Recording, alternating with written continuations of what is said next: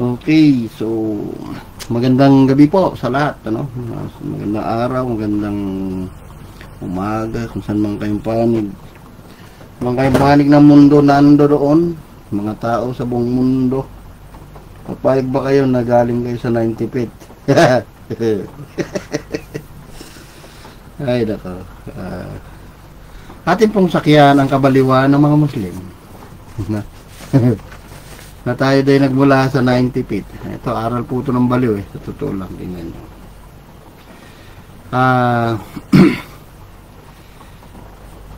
Tanungin nyo yung mga sarili nyo. Ano? Papayag ba kayo na 90 feet kayo galing?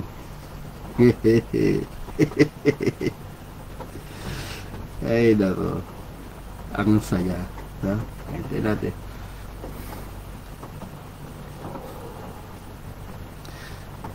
Okay, so gagawin natin ngayon, mag-aaral po tayo, no? Na i-imagine natin yung buhay ng 90 feet. Ang saya.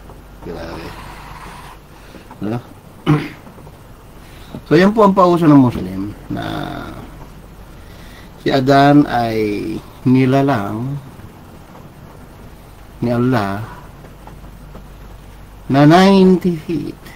Yan, pinagyayabang pa ho nila yan. Sa Sahih al-Bukhari, Book 55, Hadith 543. Adan is 60 cubit or 90 feet. The Prophet said, Allah created Adam, making him 60 cubits tall. Tayo na tayo mga Muslim, ang laki-laki daw, 90 feet, hanga sila, no? Ang tanong ngayon, nung hinugot sa tadyang ng Diyos si Eva, gaano kalaki si Eva? Yung asawa niya.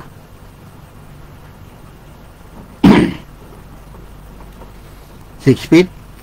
Makikipagtalik sa 90 feet? Maliwanag, mga nasa 85 feet o 80, sabi natin 2 inches yung tangkad ni Adan, 90 feet naman. Sabi natin 80 feet na si Eva, no?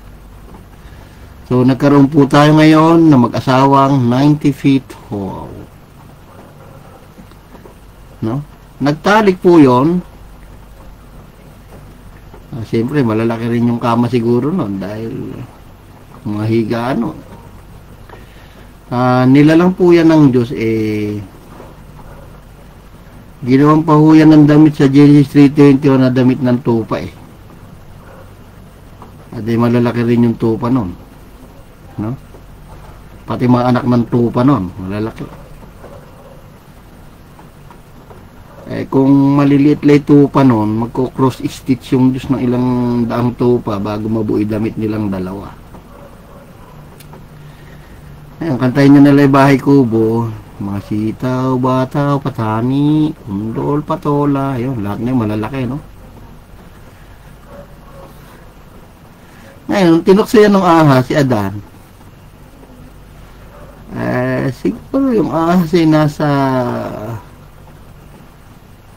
ewan natin, kung 90 feet, yung height ng ahas ay 90 feet, malaki-laki rin, no? Yung mga puno noong araw 30, siguro mga 150 feet. So mas malaki yung ahas noon, pero baka naman bulati lang. Baka naman bulati lang yung nanukso, no? Gagabukong-bukong siguro yung ahas na yun. Baka bulati lang yung nanukso na yun at hindi na marinig. So siyempre malaki rin yung ahas, na? Ngayon, ito ngayon ang masakit na katotohanan. Kung titingnan natin ang history noong Biblia, dahil ang Diyos natin ay totoo at walang kasinungalingan sa Kanya, isinulat ng Diyos sa Genesis chapter 5, verse 1 to 32, no? Yung pagkakasunod-sunod na lalaki na mga anak simula Adan to Jesus na walang lagot, no? Walang lagot yun. Ang nanay ni ganito nabuntis, naging asawa si ganito nabuntis, walang lagot eh. Genesis 5:1 to 32. Ito ang aklat ng lahi ni Adan. Ayan, basahin niyo. Oh. Nabuhay si Adan ng 30 at nabuhay si Adan ng 130 taon, nagkaanak ng isang lalaki. Ayan, pangalan ay si Seth. Si Seth naman nagkaanak. Naging anak niya si Enos. Ito naman si Enos, nabuhay ng 807 taon. Ang naging anak ni Enos si Kainan. At naging anak naman ni Kainan ay si Mahalil. At naging anak ni Mahalil ay si Jared. At dire-diretso yan hanggang kay Jesus. No? Sa Genesis 11:10-32, binigay naman doon ng lahi ni Shem.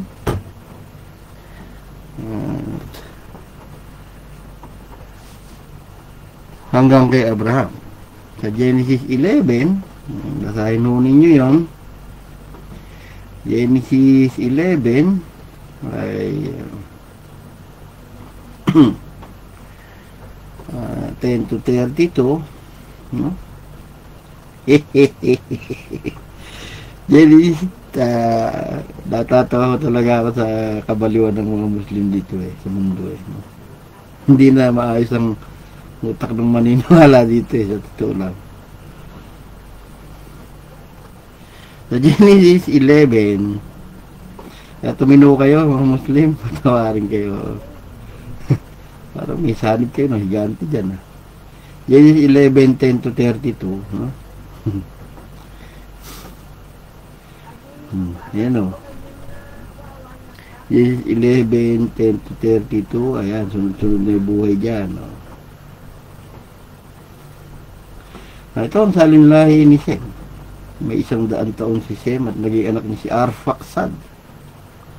O din galing si Abraham. Nabuhay si Sem.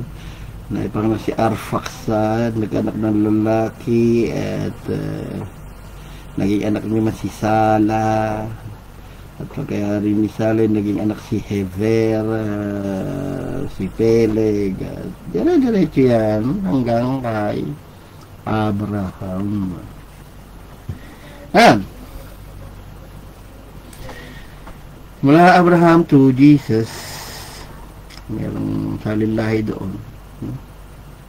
Kaya Adan to Jesus, wala pong kalagot-lagot ang anak na lalaking panganay sa nanay na lumabas ng mga asawa nila.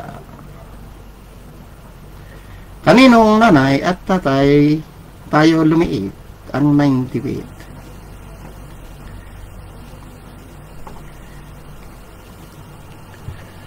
Kita nyo? Ang arko ni Noah ay 40 feet ang height. Sumakay si Noah at kanyang pamilya, 8 sila, natig na 90 feet o 80 feet. Sumakay pa ng arko, gagatuhod lang pala ng arko. Dagdag na sila sumakay. No? Gumising kayo, mga Muslim. Aral yan ng baliw. Tandaan yan. Kabaliwan na lang yung paniwalaan kayo pa. Mag-imagine nga ng 90 feet. Sige. Nakakalaking building yan. Gano'ng kalaki kaldero niyan? Kamatis, sibuyas. Lahat na yun lumiit. Sabi nyo, ang tao lumiliit kada panganak. Pati pala hayop lumiliit. Pati pala kalabasa lumiliit habang namumunga. Lukuhin nyo yung lelong yung panot aliboy, no? Kaya kayo, papaniwala kay Alingaw-ngaw at sa mga Muslim. Saliksikin nyo muna yung pinapasok nyo. Saan nakakita na 90 feet, tinukso ng ahas. Baka 100 feet yung ahas. Kuya na may maliit, bulati yan. Ano sinasabi ko sa inyo eh. Ang Muslim, walang history of the past yan, puro fabricated story lang yan, no? Huwag kayong padala sa kalokohan ng mga guru nila. Mag-imagine naman kayo kung ano buhay ng mga 90 feet noong araw. So, kaya nagpapaniwala na ang tao kada panganak lumiliit. History nga yan eh. Ilang salin lahi yan. Kompleto yan. Adan to Jesus. Walang lagot sa tatay at nanay. Yung anak na lalaki ang nagiging lahi. Walang lagot sa dugo yan. No?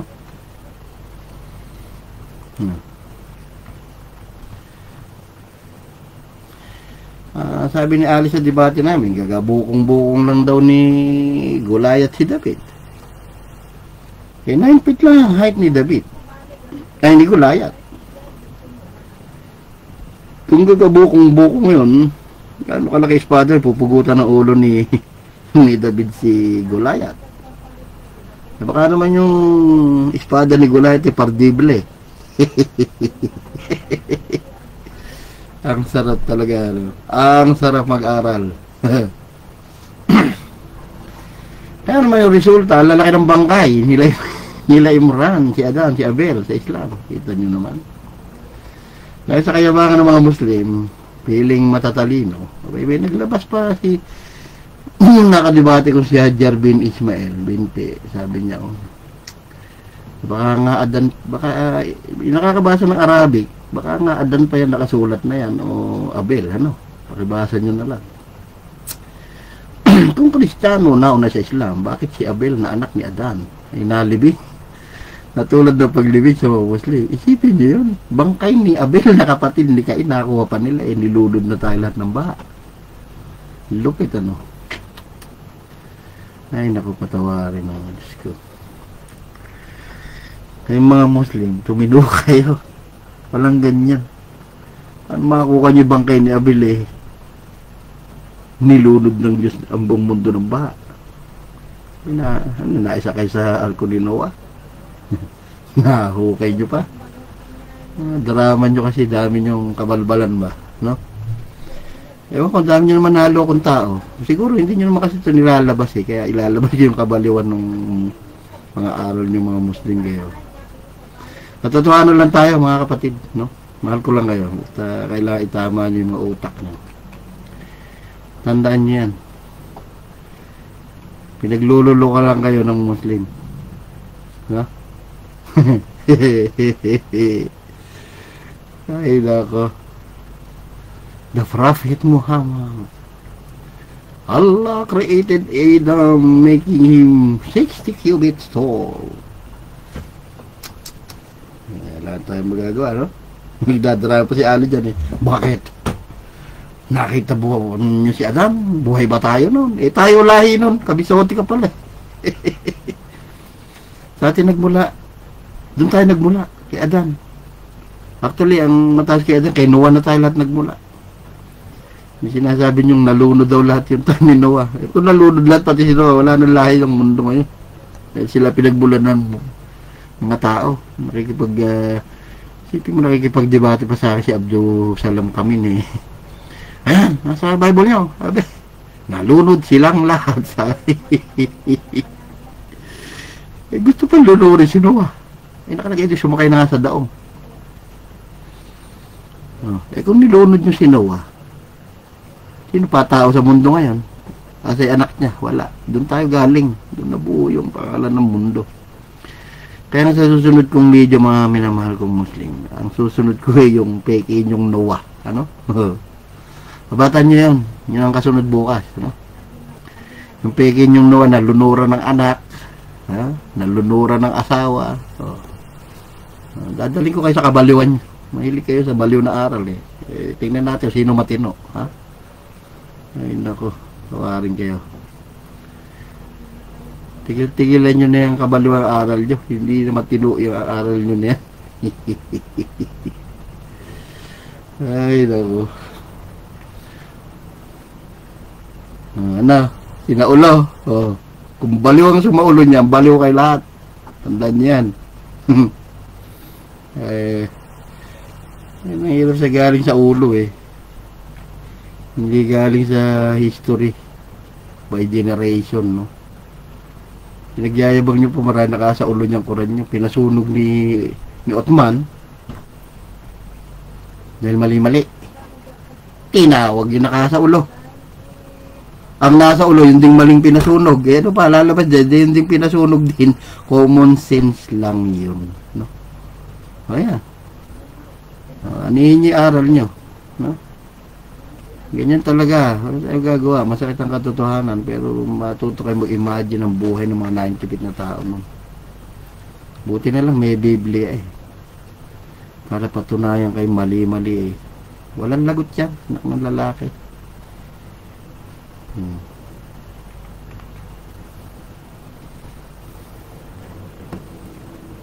Ba't wala nagko-comment na Muslim yan?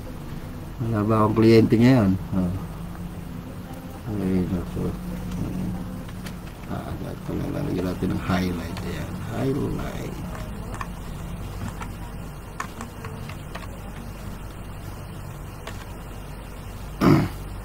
Tamang baliw eh, no? Ayan, kabaliwan nyo.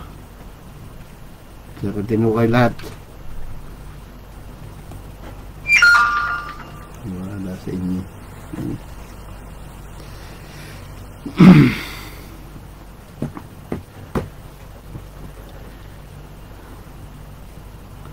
Okay, so ine-end ko na po ang aking video at